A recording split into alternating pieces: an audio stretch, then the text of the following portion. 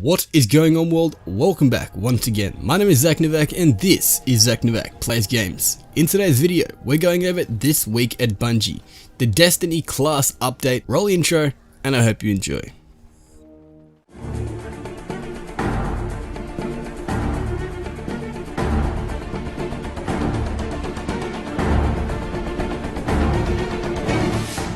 Alright, so usually I do go over and read verbatim exactly what they're talking about, but I will start things off by saying Destiny Update 2.3.0 is scheduled to deploy tomorrow. This following is a preview of how it will impact class balances.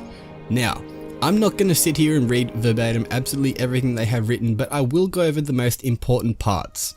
Now, starting things out with the gunslinger. The grenades.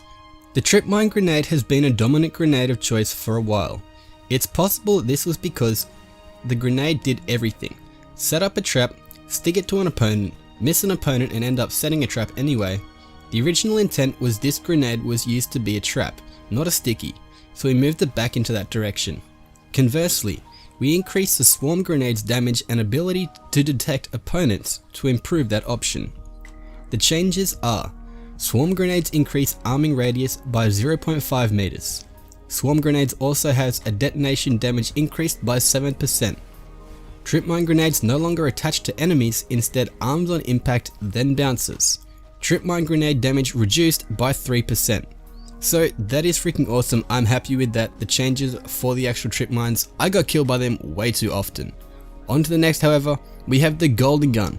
Golden Gun was feeling a bit lackluster damage wise, so he boosted that and provided further damage gains to the Deadeye perk, which wasn't seeing a lot of use.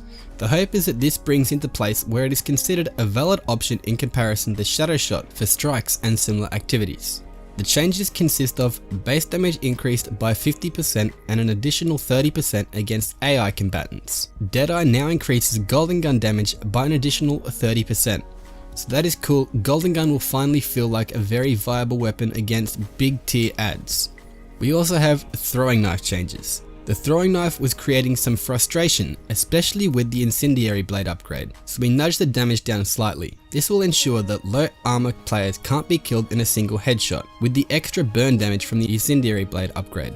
We also reworked the Circle of Life upgrade to be about building up your golden gun instead of maintaining it, since very few players were opting into this original incarnation. Changes consist of throwing knife base damage reduced by 10%, Circle of Life modified functionality, precision kills with throwing knife reduce the cooldown of golden gun, Circle of Life no longer extends the duration of golden gun, and Circle of Life +1 armor is removed. So I myself didn't really use the throwing knife when I was in golden gun because I was trying to get those rapid succession kills, but now I guess it does change for those certain people that did use it. The perks are changed in itself as well. We took a look at some of the passives in the gunslinger build and tried to improve some of the least used options. On the whole, we're pretty happy with the various choices and build paths there.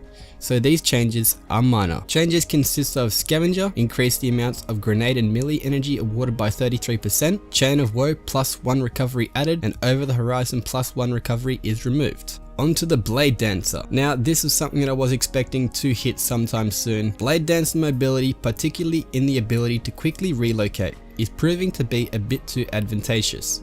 We made some changes to try and reduce this.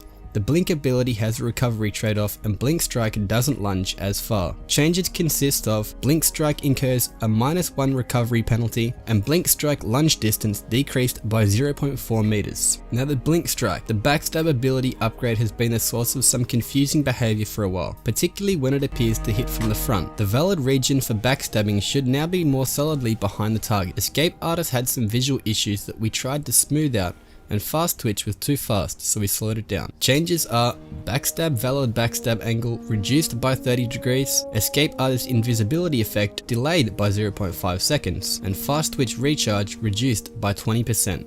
Not too much change there, but a few things are gonna slow a few people down. Onto the Arc Blade. Arc Blade has a number of changes in this patch. Many relate to the mobility issue. We wanted it to be more about decisive strikes and not swinging frantically to try and cover ground, avoid enemy fire, or stay airborne for long periods of time. It will last longer, but cost more to swing if you have no target. On the other hand, it should hit the target you're aiming at more consistently. Changes to Arc Blade consists of: base damage duration is increased by 2 seconds, hit search range increased by 0.5 meters, added a 0.8 second cooldown between Arc Blade swing strikes while airborne, and energy cost per swing increased by 20%. Energy cost on hit decreased by 20%.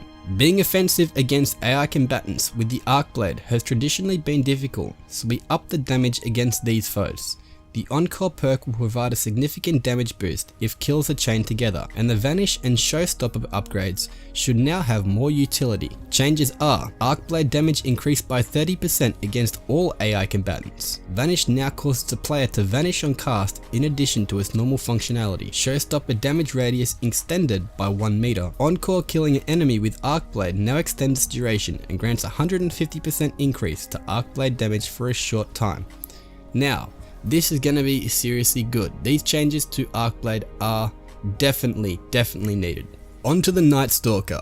The grenades. The spike grenade was seeing very little use, likely due to how easy it was to escape the damage, so we've changed the rate at which it pulses to improve its output. The total damage dealt remains the same however. Changes are: spike grenade damaging impulses per second reduced to 5 from 10, and spike grenade damage per impulse increased by 100%. Total damage is still unchanged. Shadow Shot. Hitting another player with Shadow Shot only to leave them kill you with your super before the effect kicks in was frustrating and confusing, often to both players involved, so he made it suppress when it hits.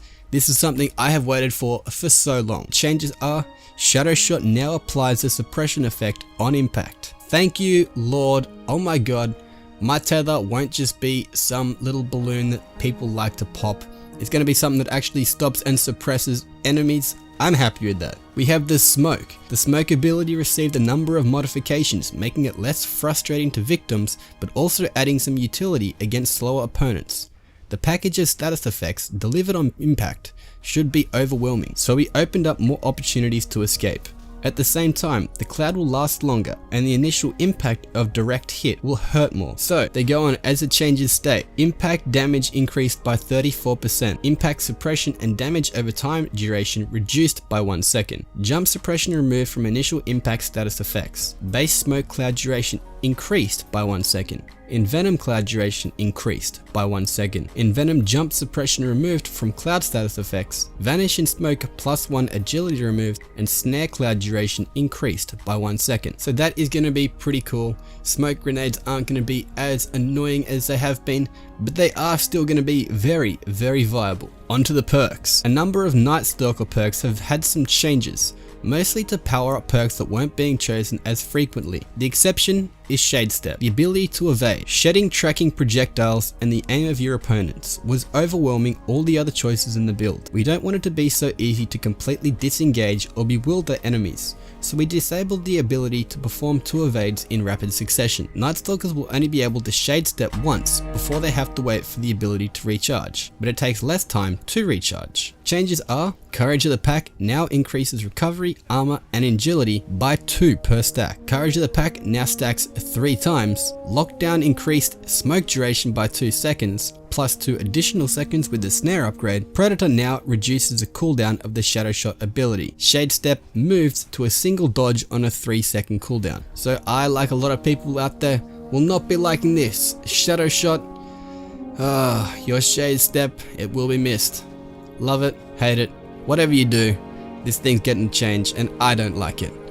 But there is something else. We have other classes. Universal consistency. They go, but wait, this was about hunters. It turns out that some of the things we wanted to change are in use by other classes, and we want the game to be consistent. The Defender Spike Grenade got the same treatment as the Night Stalker version, and the Void Walker Blink ability received the same trade-off as the Blade Dancer version. Twilight Garrison Exotic Armor, which was creating similar problems to Shade Step, has been adjusted in the same manner. So these changes are: Spike Grenade damage impulses per second reduced to 5 from 10, Spike Grenade damage per impulse increased by 100%, total damage still unchanged. Twilight Garrison moved the tactical air support ability to a single dodge on a 3-second cooldown. So, no more call Twilight Garrison, no more fly. Kinda sucks, I'm upset, but things are changing for Destiny and they are changing for the good. We also have super damage. Tweaking the super damage output on hunters led us to investigate the damage output on other classes. It turns out many of them needed additional love. Hammer of Soul increased its damage by 10% against all AI combatants. Fist of Havoc base damage increased by 50% and an additional 50% against all AI combatants. Nova Bomb damage increased by 50% and an additional 50% against AI combatants. Storm Trance damage increased by 10% against all AI combatants. So these changes are definitely small, but they definitely are going to make a big change. Seriously going to be different. They go into more detail with the Sunbreaker.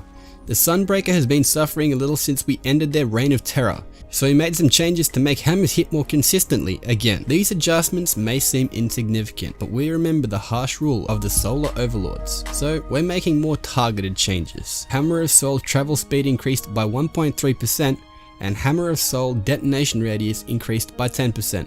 No more of those mysterious hammers that won't hit anything and they'll just explode by no apparent reason. Hopefully now we actually can hit our targets. The Sun Singer. This once in itself has gone through a bit of a change. I would read everything out, but all I have to say is firebolts. Firebolt grenades. Not the greatest. They say firebolt grenades increased arming time by 0.2 seconds, but firebolt decreased victim search radius by 1 meter. So they won't search out and actually hit your targets. If there was a lot of people no more, you'll only hit a couple of people, which I don't like. It makes me sad. We go on to Viking Funeral. The biggest change to Sun Singers is the Viking Funeral build perk. Just seeing this, it makes me upset. This perk will no longer extend the duration of Ignite. So, yeah. Let's just go straight to the changes. Viking Funeral no longer extends the duration of Ignite effects. Viking Funeral now weakens targets affected with Ignite effects, causing them to take 5% more damage from all sources, stacking up to 3 times. So we technically get our version of a burn like the actual Titans do, and we can deal more damage, but it's gonna be sad to see that 1 meter tracking disappear. We also have the Flame Shield. We added a minor delay to the activation time of Flame Shield. Ideally, this makes it so there is a window of opportunity, if only very briefly, for people to win melee trades against Warlocks running this upgrade. The Flame Shield now has a 0.3 second delay added before the Overshield activation. Alright, well that was the class update, the class balancing this week at Bungie. Stay tuned for the next video, which I'll have for the weapon tuning June update, which will go live at the same time. Hopefully you guys have enjoyed this video. Click that like button down below, do all that good stuff, and I'll be cheering like Kieran if he was Ed Sheeran. But until next time, this is Zach Novak signing off. Peace out.